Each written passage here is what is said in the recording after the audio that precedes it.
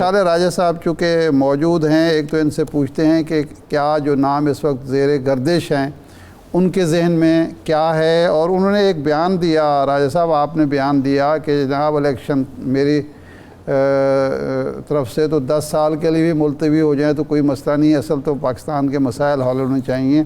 तो ज़ियाउल हक के 11 साल भी आपको याद होंगे और अयूब खान के 10 साल भी। तो ये आप वाकई ऐसे आपने कह दी बात से बात निकली और आपने कह दी, आप समझते हैं कि 10 साल के लिए भी इलेक्शन मुलतवी हो जाएँ तो पाकिस्तान का फ़ायदा है?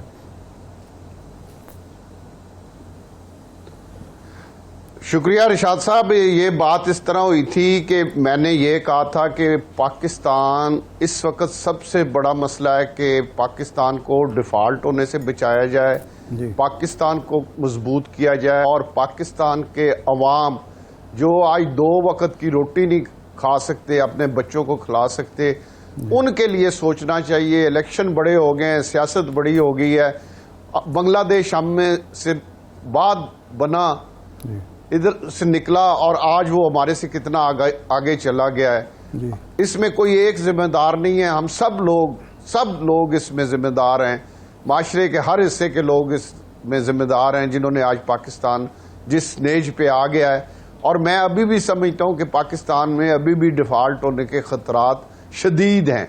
अच्छा। इसलिए मैंने ये बात की थी कि अगर कोई माशी बहरान पे कोई काबू हो सकता हो और माशी बेहतरी आ सकती हो, गरीब को रोटी मिल सकती हो, वो अपने आसानी के साथ अपने बच्चों को स्कूल भी भेज सके, उन्हें दवाई भी ले के दे सके और रोटी भी दे सके, तो अगर ऐसा माहौल करने के लिए हम सबको मिलकर कुर्बानी भी देना पड़े पाकिस्तान के लिए और पाकिस्तान के अवाम के लिए, अगर इस तरह से कोई रास्ता निकलता हो तो इसमें कोई हर्ज नहीं। ये मैंने बात की थी। अच्छा राय साहब आपका मतलब है आपके जहन में अयूब खान का दौर है, ज़ियाउल हक का है कि 10 साल चले तो तसलसल था पॉलिसियों में, इसलिए उस दौर में इन्वेस्टमेंट भी हुई, खुशहाली भी है। तो आपके जहन में यही दोनों अशखास हैं? नहीं, मेरे जहन में कोई शख्स नहीं। मैं माजी की तरफ नहीं देख रहा, मैं मुस्तकबिल की तरफ देख रहा हूँ। अच्छा। मैं सिर्फ ये चाहता हूँ कि पाकिस्तान का गरीब आदमी, आप देखें ना अरशाद साहब, बिजली के जो रेट हो गए हैं, गरीब आदमी ये बिल दे लेगा? बिल्कुल। इसमें उसने मकान का किराया भी देना है, इसमें उसने बच्चों को भी स्कूल भेजना है, इसमें उसने दवाई भी लेके देनी है। तो किस तरह मुमकिन है? गैस का बिल भी है, किस तरह बेचारा गरीब आदमी आज जिंदगी गुजार रहा है। हम लोग तसव्वुर भी नहीं कर सकते कितनी वो मुश्किलात में है और कितनी मुश्किलात से हर अपना जिंदगी का एक दिन गुजार रहा है। तो उनके लिए सोचना, मैं समझता हूँ हर पाकिस्तानी का सबसे पहले उनके लिए सोचना हमारा फर्ज है। और उनके लिए जितना कुर्बानी देनी पड़े हम सबको मिलके पाकिस्तान के लिए और उन गरीबों के लिए कुर्बानी देने के लिए हमें तैयार रहना चाहिए। मैं सियासत बाद की बात है, पहले पाकिस्तान है, पहले पाकिस्तान के अवाम है, उसके बाद सियासत है, उसके बाद जमहूरियत है, उसके बाद कुर्बानी क्या होगी राजा साहब? राजा साहब कुर्बानी क्या होगी ना, 10 साल तक इलेक्शन ना कराएं, सियासतदान ना आए, यही होगी कुर्बानी। ये नहीं, मैं 10 साल नहीं कह रहा, मैं ये कह रहा हूं कि कुर्बानी ये कि अगर कोई ऐसी सूरत हाल बनती हो जिससे पाकिस्तान माशी तौर पर मजबूत हो, पाकिस्तान के अवाम गुर्बत की लकीर से बाहर आ सके, तो अगर कोई ऐसा आइडिया हो, ऐसी सूरत हाल हो, तो अगर उसके लिए सियासतदानों को कुर्बानी देना पड़े, पीछे एक स्टेप होना पड़े, तो उसमें मेरे ख्याल में कोई हर्ज नहीं। ये इस सोच के तहत मैंने ये बात की थी। और मैं अभी भी समझता हूं कि हमें सबसे पहले पाकिस्तान और पाकिस्तान के जो लोग आज मुश्किल में जिंदगी गुजार रहे हैं, हमें उनके लिए सोचना नहीं। ये इनफरादी सोच है राजा साहब आपकी, या कहीं और भी ये सोच पाई जाती है?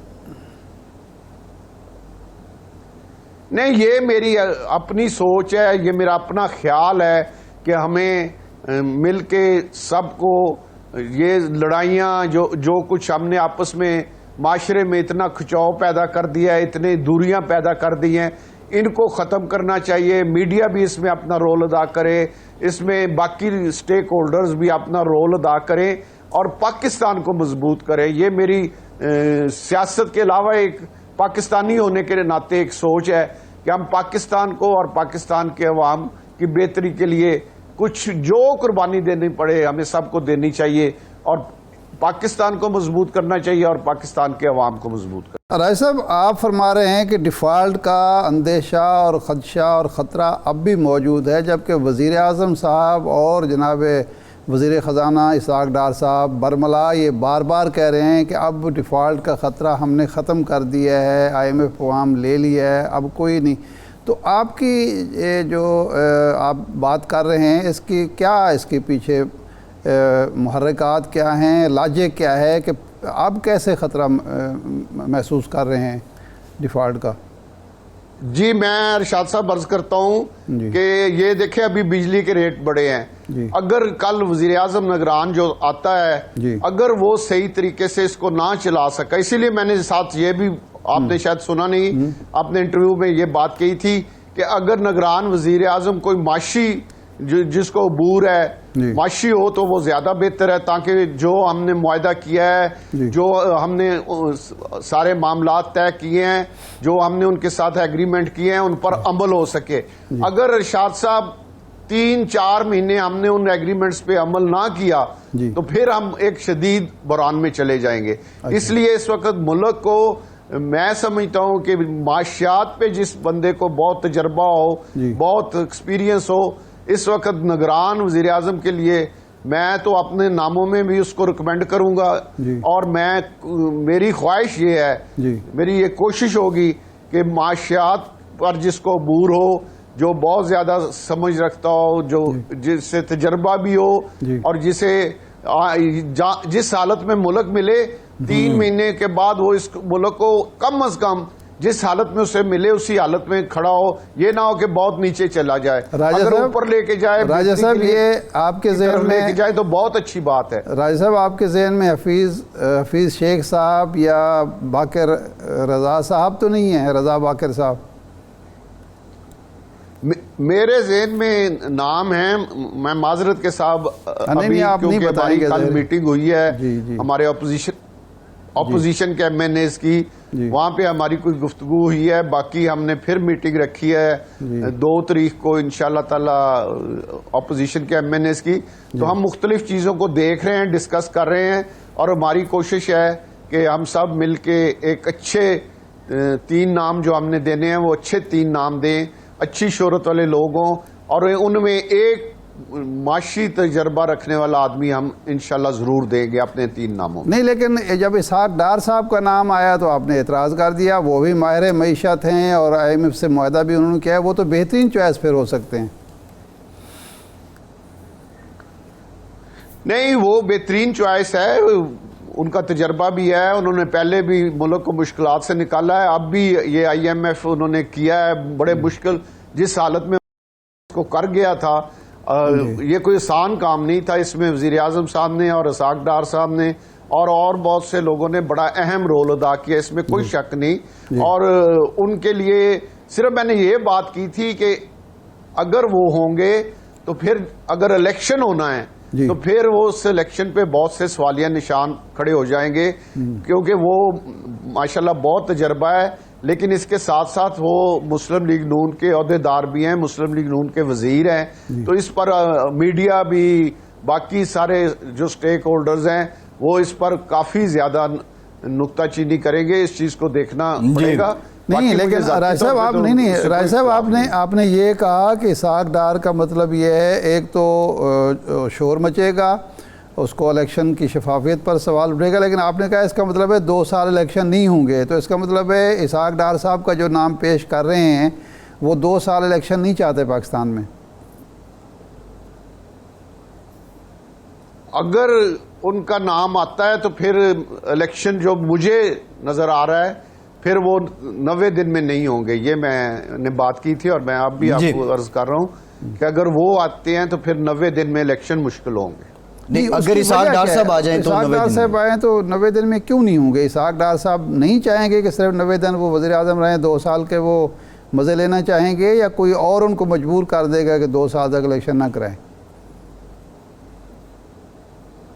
नहीं, देखे ना कि वो आपको पता है कि मुस्लिम लीग नून से हैं, अभी वो सेनेटर भी हैं, तो इसके साथ साथ वजीर खजाना भी हैं, तो इसलिए इरशाद साहब 3 महीने के लिए वो ये औहदा मेरा ख्याल है वो कबूल नहीं करेंगे।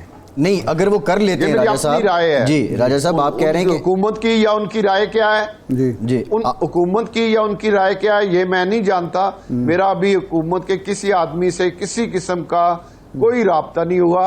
ये मेरी अपनी एक राय है जी, बिल्कुल ठीक कि है। वो अपना 3 महीने बाद फिर वो अगर मुस्लिम लीग नून की हुकूमत आती है वो जाहिर है फिर बड़े अहम ओहदे पे होंगे और सेनेटर भी हो हैं, तो इसलिए मुझे ये लगता नहीं कि 3 महीने क्यों नहीं, अगर वो आ जाते हैं तो 3 महीने इलेक्शन क्यों नहीं होंगे? क्या वो ये चाहते हैं कि उससे पहले उनकी जो पार्टी के कायद है नवाज शरीफ साहब वो अहल हो जाएं, जो मरियम साहिबा बात करती रही कि जब तराजू के पलड़े बराबर होंगे तब इलेक्शन होंगे, या फिर कोई और वजह हो सकती है? कोई तो आपकी सोच आई होगी ना, कोई वजह भी आई होगी इसके साथ कि इस वजह से 3 महीने में इलेक्शन नहीं होंगे।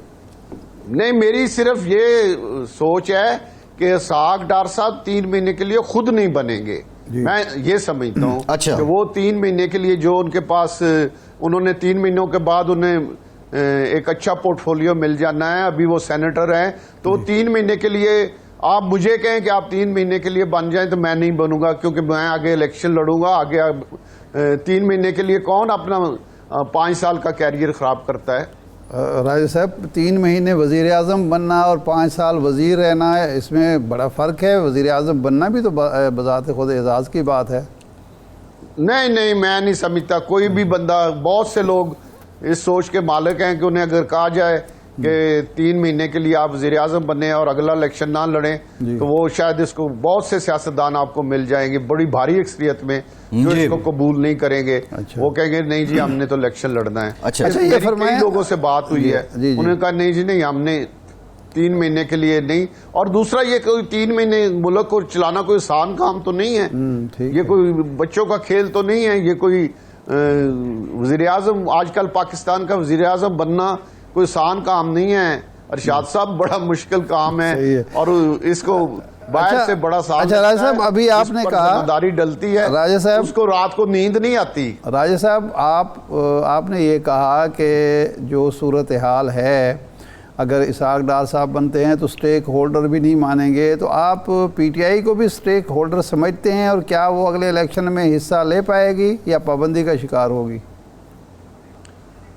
देखिए जी, इसमें 2 चीज़ें हैं अरशाद साहब। वैसे तो मैं किसी पार्टी के पर पाबंदी के खिलाफ हूँ, मैं नहीं समझता कि ये होना चाहिए, सबको इजाज़त होनी चाहिए। लेकिन उन्होंने जो काम किया है उसमें उन्होंने एक काम जिस पर मुझे शदीद इतराज़ है, दुख भी है, गम भी है, कि उन्होंने हमारे जो शहीद हैं उनके जो मुजस्मे जलाए हैं उनको तोड़ा है। बाकी चीज़ें तो बन जाएंगी, उनकी जो बेहरमती हुई है और उनके जो लवाकीन हैं उनके जो दिल दुखे हैं उस पर मैं समझता हूं कि इनके खिलाफ सख्त से सख्त एक्शन होना चाहिए।